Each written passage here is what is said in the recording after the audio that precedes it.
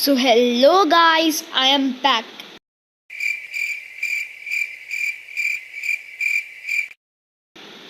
पता है थोड़ा ज़्यादा ही टाइम लग गया, बट इस बार सही का प्रॉमिस कि अब वीडियोस रेगुलर आएंगे। अपनी फैमिली के लिए मैंने ये टाइम टेबल बनाया है। इस रूटीन से हम लोग चलेंगे और 8th का साइंस जल्दी से जल्दी ख़त्म करेंगे। तो फिर चलो आज की वीडियो शुरू करते हैं।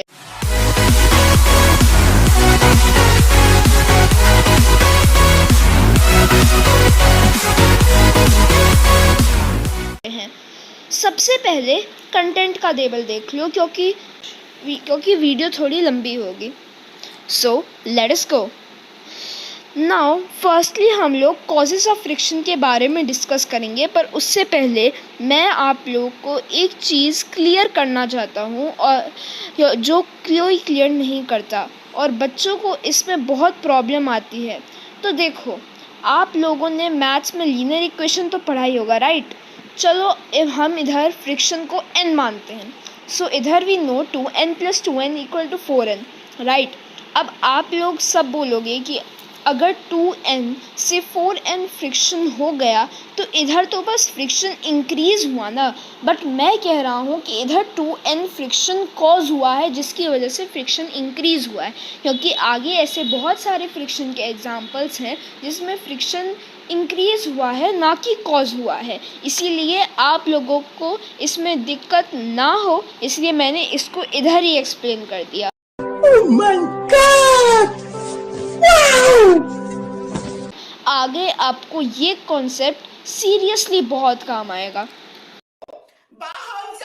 तो चलो लेट अस गो फर्दर। तो फ्रिक्शन के बेसिकली 4 टाइप्स होते हैं। पहला एडहेशन। कभी ग्लू या फिर फेविकॉल को ऑब्जर्व किया है आप लोगों ने?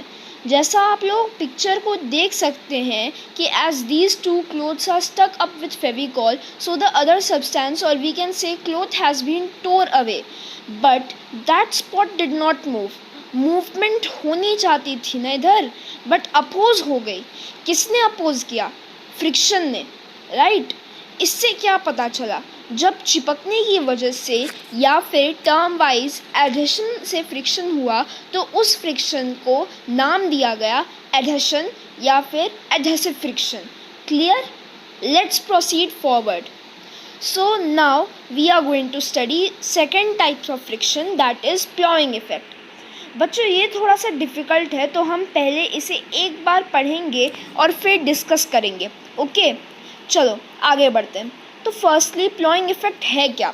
हमारा पीपीटी कहता है कि जब भी कोई भारी चीज़ किसी स्पॉन्जी या फिर सॉफ्ट टाइप मटेरियल पर पड़ता है और वो डिप्रेस हो जाता है तो इधर फ्रिक्शन इंक्रीज़ होता है। बट सवाल आता है कैसे? तो चलो अब मैं इसे पर्सनली एक्सप्लेन करता हूँ। देखो, अगर आप कुशन पे एक स्टोन रख देते हो बड़ा सा, तो फिर स्टोन अंदर डिप्रेस हो जाता है। अब स्टोन की जो बाउंड्रीज़ है वो बाउंड्रीज़ कुशन के बीचों बीच चली जाती है, यानी कि ऊपर से कुशन ने स्टोन को रोका हुआ है। कुशन की बाउंड्री स्टोन से ऊपर है, इसीलिए जब स्टोन चारों तरफ से मूव करना चाहेगा तो वो घिरा रहेगा और इसीलिए इधर फ्रिक्शन बहुत इंक्रीज़ हो जाता है। चलो इसका एक और एग्जांपल देता हूँ। कभी सोचा है कि दलदल में जो आदमी गिरता है वो कभी निकल क्यों नहीं पाता, या फिर अगर निकलने की कोशिश करता भी है तो फिर क्यों नहीं निकल पाता, उल्टा और नीचे ही चला जाता है? अब देखो, दलदल में जब आप पैर रखते हो तो चारों तरफ से आपके पैर को दलदल सराउंड कर लेता है।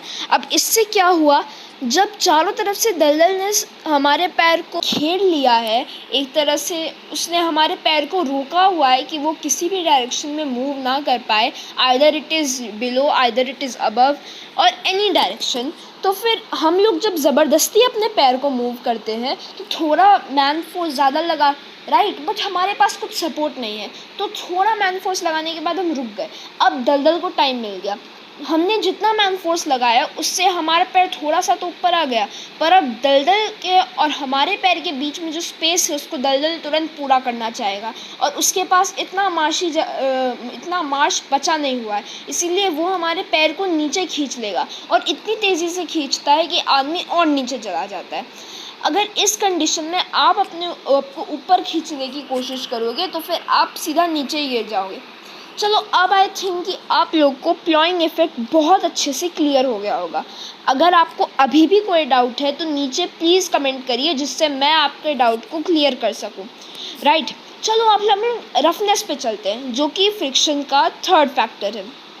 अब पिछले दो फैक्टर्स उतने इम्पोर्टेंट नहीं हैं, बट दैट आई मीन कि इम्पोर्टेंट ज़रूर हैं लेकिन वो जनरली एग्जामिनेशंस में नहीं पूछे जाते हैं, बट ये दो फैक्टर्स स्पेशली बहुत इम्पोर्टेंट है।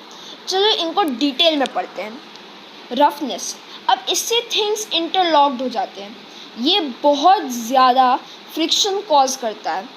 अब देखिए जैसे आप लोग फिगर में देख रहे हैं कि दोनों चीज़ जब रफ है तो उनकी सरफेसेस कैसे हैं, इनमें हिल्स एंड वैलीज बने हुए हैं। अब ये जब एक साथ मिल जाते हैं तो फिर ये लोग इंटरलॉक हो जाते हैं। जब ये इंटरलॉक हो जाते हैं तो इनको मूव करना बहुत मुश्किल होता है। It is not impossible, but इसमें बहुत टाइम लगता है और बहुत ज़्यादा दिक्कत भी होती है। लेकिन आप लोग बोलोगे कि जो हल्के सब्सटेंसेस होते हैं जैसे कि कोई भी कार्टून का डिब्बा या फिर कोई भी कार्डबोर्ड, वो ईज़िली मूव हो जाते हैं, ऐसा क्यों? इसके लिए हमको चलना पड़ेगा हमारे नेक्स्ट फैक्टर पे, विच इज़ फोर्स। सो अब फोर्स का इस फ्रिक्शन को कॉज करने में रोल क्या है? जैसा आप लोगों ने बगल के पिक्चर में देख रहे हो कि जैसे ही फोर्स वर्टिकली लग रहा है तो रफनेस इंक्रीज तो नहीं हो रही है बट सब्सटेंसेस क्लोज आ रहे हैं, और जब ज़्यादा क्लोज आएंगे तो हिल्स एंड वैलीज ज़्यादा अट्रैक्ट करेंगी, यानी कि इंटरलॉकिंग ज़्यादा होगी। अब ज़्यादा इंटरलॉकिंग से क्या होगा? As obvious as usual friction बहुत ज़्यादा बढ़ जाएगा। इसीलिए अगर रफनेस के साथ साथ फोर्स भी है तो फ्रिक्शन बहुत बढ़ जाता है।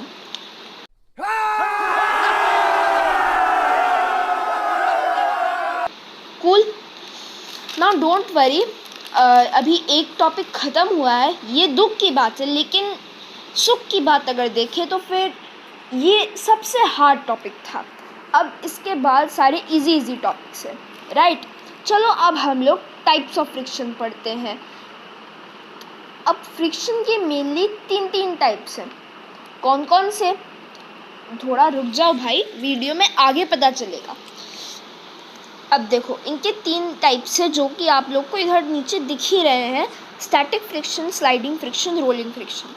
ऑलमोस्ट सब बच्चों को ये तीनों टाइप बहुत अच्छे से पता होते हैं, इनको समझाने की ज़रूरत नहीं है, लेकिन इधर एक कन्फ्यूज़न बहुत ज़्यादा होती है।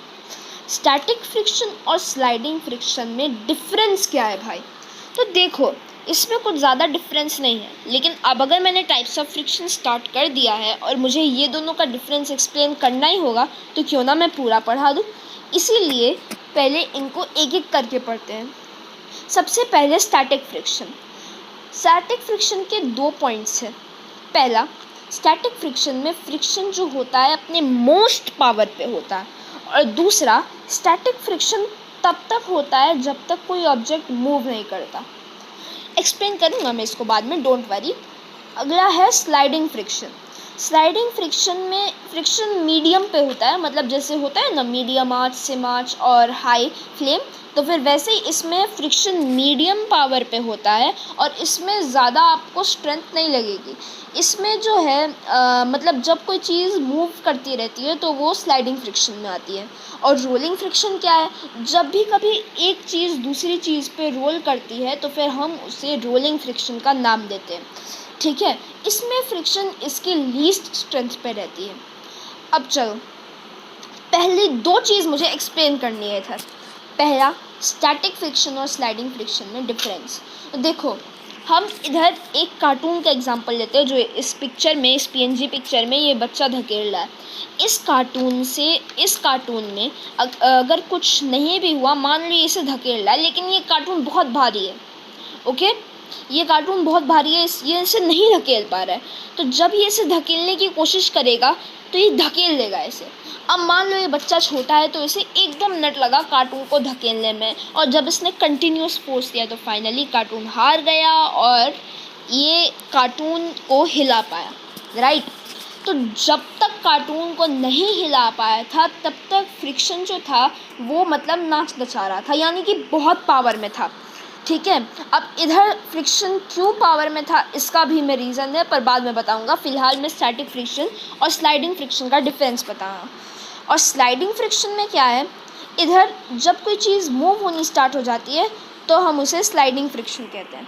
ठीक है, अब मेन डिफरेंस ये है कि अगर तुम एक कार्टून का प्लेन सरफेस है और तुम उसे अगर ड्रैग करना चाह रहे हो, तो अगर तुम उसे कस के ड्रैग करने की कोशिश करोगे और मान लो 2 मिनट तक तुम्हें ड्रैग करने में तुमने फोर्स लगाया लेकिन वो ड्रैग नहीं हो रहा है, तो 2 मिनट तक उधर स्टैटिक फ्रिक्शन लग रहा था।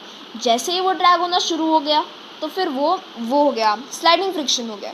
और फिर अगर तुमने उसे रोक दिया और फिर ड्रैग करने की कोशिश की तो फिर स्टैटिक फ्रिक्शन हो गया। नाउ अब दूसरी चीज़ जो मुझे एक्सप्लेन करनी थी कि स्टैटिक फ्रिक्शन जो है और स्लाइडिंग फ्रिक्शन जो है और रोलिंग फ्रिक्शन, इन तीनों में जो है मतलब स्टैटिक फ्रिक्शन में मोस्ट क्यों रहता है फ्रिक्शन, स्लाइडिंग फ्रिक्शन में मीडियम क्यों रहता है और रोलिंग फ्रिक्शन में लीस्ट क्यों रहता है। तो बेसिकली इसका मेन फंडा ये है, देखो जब कोई भी चीज़ बहुत देर तक एक दूसरे से इंटरैक्शन में रहती है तो उसे टाइम मिल जाता है उसे इंटरैक्ट करने का, उसे इंटरलॉक होने का। और जब ये इंटरलॉक हो जाएगा तो क्या होगा, ऑब्वियसली फ्रिक्शन ज़्यादा लगेगा, इसीलिए सबसे ज़्यादा फ्रिक्शन स्टैटिक फ्रिक्शन में लगता है। क्लियर। अब जब ये मूव होने लगा तो फिर इसमें कम फ्रिक्शन लगेगा क्योंकि इसको इंटरलॉक होने का टाइम ही नहीं मिलेगा। अगर इसको इंटरलॉक होने का टाइम नहीं मिलेगा तो फिर ये बहुत तेज़ी से चलेगा। इसीलिए आप लोग गाड़ी में भी देखते होंगे कि जब गाड़ी चलती है तो फर्स्ट गियर पे चलती है, यानी कि उसमें बहुत पावर लगता है, लेकिन जब स्टार्ट हो जाती है उसके थोड़े देर बाद ही वो second gear, third gear, fourth gear, fifth gear पे चलने लगती है। ओके, स्टैटिक फ्रिक्शन में मोस्ट क्यों होता है और स्लाइडिंग फ्रिक्शन में मोस्ट क्यों होता है ये तो आपको समझ ही आ गया। ठीक है, तो चलो अब हम लोग रोलिंग फ्रिक्शन में देखते हैं। रोलिंग फ्रिक्शन का भी एक बहुत बेसिक फंडा है कि इसमें जो है कोई भी चीज़ जब एक दूसरे पे रोल होती है, यानी कि एक चीज़ दूसरे पे रोल होती है, तो फिर वो जब फ्रिक्शन उस पे लगेगा, जब तक फ्रिक्शन उस चीज़ पे लगेगा दूसरी चीज़ पे, तब तक उसका सरफेस एरिया ही बदल जाता है। इसीलिए फ्रिक्शन को टाइम ही नहीं मिलता लगने को, और इसीलिए रोलिंग फ्रिक्शन में सबसे कम फ्रिक्शन लगता है। राइट। तो चलो अब हम लोग टाइप्स ऑफ फ्रिक्शन को बाय बाय कह देते हैं। Bye types of friction. कुछ भी अब हम लोग पढ़ेंगे advantages and disadvantages of friction, क्योंकि कोई भी चीज़ है भाई उसका एडवांटेज और डिसएडवांटेज तो होगा ही, बट हम लोग इसे इंक्रीजिंग फ्रिक्शन और डिक्रीजिंग फ्रिक्शन दोनों के साथ साथ पढ़ेंगे। अब कैसे पढ़ेंगे, तो देखो जब भी कभी फ्रिक्शन का एक प्रॉपर्टी होता है तो उसका एडवांटेज होता है, डिसएडवांटेज होता है। अब इंसान तो है ही जन्मजात मतलबी। अब इंसान ने क्या किया, जहाँ पे फ्रिक्शन से एडवांटेज हो रहा है वहाँ पे फ्रिक्शन को बढ़ा दिया, और जहाँ पे इससे डिसएडवांटेज हो रहा है वहाँ पे फ्रिक्शन को घटा दिया। तो अब क्या हुआ, इसका और फ़ायदा होने लगा। कैसे, यही हम लोगों को अभी इस वक्त पढ़ना है। ठीक है, चलो हम लोग प्रोसीड करते हैं। सबसे पहली प्रॉपर्टी ये है कि फ्रिक्शन प्रोड्यूसेस हीट, यानी कि फ्रिक्शन जो है हीट प्रोड्यूस करता है। अब इसके एडवांटेजेस क्या है भैया, देखो तुम लोगों ने पूजा घर में जब भगवान के लिए दीप जलता है तो तुम लोगों ने देखा ही होगा कि उसमें आपकी मम्मी पापा या जो कोई भी पूजा करते हैं वो लोग माचिस जलाते हैं। ठीक है, अब माचिस जलाते हैं तो कैसे जला माचिस, सोचा है कभी? इसमें क्या हुआ, फ्रिक्शन लगा। ठीक है, और फ्रिक्शन लगा तो ये जो था रेड फॉस्फोरस, इसमें हीट को इसने तुरंत कैच करके फायर में बदल दिया। इससे हमको ये प्रतीत होता है कि फ्रिक्शन हीट प्रोड्यूस करता है। Now if we watch its disadvantage, तो इसका ये डिसएडवांटेजेस है कि जो मशीन्स एक दूसरे के कंटैक्ट में रहती है उसको ये बहुत ज़्यादा डैमेज अप कर देता है, यानी कि ऑब्वियसली जब हीट प्रोड्यूस होगा तो वो धीरे धीरे डैमेज अप होता जाएगा और उसको टाइमली बदलना पड़ेगा। और इधर ऑब्वियसली हम लोगों ने फ्रिक्शन को इंक्रीज़ भी किया होगा और डिक्रीज़ भी किया होगा। राइट। चलो अब हम देखते हैं कि हमने फ्रिक्शन को कैसे मशीन किया और हमने फ्रिक्शन को कैसे इंक्रीज़ किया और कैसे डिक्रीज़ किया। तो इंक्रीज़ करने के लिए हम लोगों ने क्या किया, माचिस जैसे जलता था तो हम लोगों ने, जैसे आप लोग देख रहे हो छोटे छोटे डॉट्स हैं यानी कि अप्स एंड डाउन्स है, तो हमने सरफेस को अनइवन कर दिया जिससे और तेज़ फ्रिक्शन हो और जल्दी माचिस को आग को पकड़े। और इधर हम लोगों ने क्या किया, ल्यूब्रिकेंट्स को इस पर डाल दिया। अब ल्यूब्रिकेंट्स का क्या रूल होता है, ल्यूब्रिकेंट्स या फिर तेल, मशीन ऑयल क्या करते हैं, दो मशीन के बीच में एक लेयर बना देते हैं जो कि स्लिपरी होता है, जिससे मशीन तेज़ तो चलता ही है साथ साथ वियर अप नहीं होता। इसे टाइम टू टाइम दिया जाता रहता है जिससे मशीन की ड्यूरेबिलिटी मेंटेन होती रहे। ओके, अब हम लोग पढ़ेंगे दूसरी प्रॉपर्टी जो कि है फ्रिक्शन मेक्स ग्रिप, यानी कि फ्रिक्शन से ग्रिप बनती है। ठीक है, तो इसके एडवांटेजेस क्या है, इसके सिर्फ एडवांटेजेस है। इसके क्या क्या एडवांटेज हैं, इसके एक नहीं, दो नहीं, तीन नहीं, पाँच एडवांटेज हैं। पहला एडवांटेज, हम लोग चीज़ों को पकड़ पाते हैं। दूसरा एडवांटेज, हम लोग चल पाते हैं। तीसरा एडवांटेज, हम लोग खड़े हो पाते हैं। चौथा एडवांटेज, हम लोग मूव अपने कर पाते हैं अपने व्हीकल्स को। और पांचवा एडवांटेज, हम लोग अपने व्हीकल्स को रेस्ट में ला पाते हैं। ठीक है, लेकिन इधर तक इतने सारे इधर एडवांटेजेस हुए पर इंसान रुका नहीं। उसने क्या किया, इनको इंक्रीज़ किया। अब कैसे इंक्रीज़ किया, जहाँ पे हम लोग को बहुत बहुत ग्रिप से चीज़ों को पकड़ना रहता था वहाँ पे रफ या फिर एडहेसिव सब्सटेंस का चीज़ दे दिया। आप लोग प्लास्टिक की बैट्स में देखते होंगे क्योंकि वो तो उतनी वैल्यूएबल है नहीं, इसीलिए उसमें क्या किया रहता है, रफ़ सरफेस बनाया रहता है, ऊबड़ खाबड़, जिससे आदमी का ग्रिप बना रहे। और जो प्रोफेशनल क्रिकेट बैट्स होती हैं उनमें हाई क्वालिटी का रबर यूज़ होता है जिससे हैंड से एडहेशन हुआ रहे और वो बैट ज़्यादा जल्दी हवा में ना उछले। ओके, ये मेनली क्रिकेट बैट्समैन के लिए होता है और ये सिर्फ क्रिकेट बैट में नहीं होता है, बेसबॉल बैट, हॉकी और ऐसे बहुत सारे स्पोर्ट्स में ये यूज़ होता है। राइट, तो चलो दूसरा हमने क्या इंक्रीज़ किया, हम लोगों ने शूज़ में ग्रूव्स लगा दिए, यानी कि ऊबड़ खाबड़ सरफेस लगा दी, जिससे क्या हुआ, आप लोग देखते होंगे, ये इसको पेरेंट्स ग्रिप बोलते हैं बल्कि इसको ग्रूव्स बोला जाता है। तो हम लोगों ने क्या किया, इसमें ग्रूव्स लगा दिए जिससे कि हम लोग की ग्रिप और तेज़ रहे, हम लोग भाग सके, दौड़ सके और अच्छे से मतलब चल सके। राइट, तीसरा क्या हुआ, हम लोगों ने कार्स में ट्रेड्स डाल दिए। नाउ ट्रेड्स तो बेसिकली प्लॉइंग इफेक्ट के लिए होते हैं, क्योंकि जैसे ही आप मिट्टी पे चलोगे तो फिर मिट्टी में कार की प्लॉइंग इफेक्ट होगी और कार बहुत तेज़, बहुत आसानी से चल जाएगी। लेकिन इसमें मेन एडवांटेज क्या होता है, इसमें रबर यूज़ होता है। अब रबर मैंने अभी बताया, रबर एडहेसिव होता है, इसमें हाई क्वालिटी का रबर यूज़ होता है जिससे वो जल्दी ख़राब ना हो और रोड के साथ में जो है मतलब उसका वो फ्रिक्शन बहुत ज़्यादा एडहेसिव हो, जिससे वो ज़्यादा जल्दी स्लिप ना कर पाए। अब चौथा है और लास्ट है हम लोग रबर के ब्रेक यूज़ करते हैं। ठीक है, अब रबर के ब्रेक यूज़ करने से क्या हुआ फ़ायदा, देखो टायर जो होता है साइकिल का भी हम लोग एग्जांपल ले रहे हैं। टायर जो होता है साइकिल का वो होता है रबर का। ठीक है, अब रबर का टायर हुआ तो उसको अगर हम लोग रोकेंगे स्टॉपर से या फिर ब्रेक से कह सकते हैं, तो वो ज़्यादा जल्दी नहीं रुकेगा। किसी भी इमरजेंसी सिचुएशन में अगर हमको तुरंत बाईसाइकिल को रोकना हुआ तो फिर हम लोग उसमें क्या करेंगे, इसीलिए इसने डबल एडहेशन प्रॉपर्टी इसमें लगा दी, यानी कि दोनों सब्सटेंसेस एडहेशन के ही है, इसलिए इमरजेंसी ब्रेक मारने पर तुरंत साइकिल रुक जाती है। ठीक है, चलो देखो ऐसे बहुत सारे एग्जाम्पल्स हैं और ऑब्वियसली एक वीडियो में उन एग्जाम्पल्स को बताना बहुत मुश्किल है एंड ऑलरेडी ये वीडियो थोड़ा लंबा हो चुका है तो हम इसको नहीं बताएंगे, लेकिन अगर आप लोग की स्पेशल रिक्वेस्ट आई तो मैं इसके बारे में सोचूंगा ज़रूर। राइट, चलो अब हमारा इस वीडियो का लास्ट टॉपिक, जिसके बाद फ्रिक्शन का दी एंड हो जाएगा, जो कि है फ्लूइड फ्रिक्शन। अब इसमें मेन दिक्कत क्या होती है, फ्लूइड मतलब क्या हुआ। ठीक है, फ्लूइड मतलब बहुत बच्चे समझ लेते हैं सिर्फ पानी, तो आप लोग गलत समझ रहे हो। फ्लूइड मतलब कोई भी गैस और कोई भी लिक्विड होता है, तो जो प्रेशर गैस या फिर लिक्विड एक्सर्ट करे उसे in easy words fluid friction कहते हैं। ठीक है, अब ये पूरा खेल जो है वो किसी चीज़ का नहीं है, बस इस पूरे खेल में क्या है, इस पूरे खेल में बस हम लोग को शेप का ध्यान रखना है।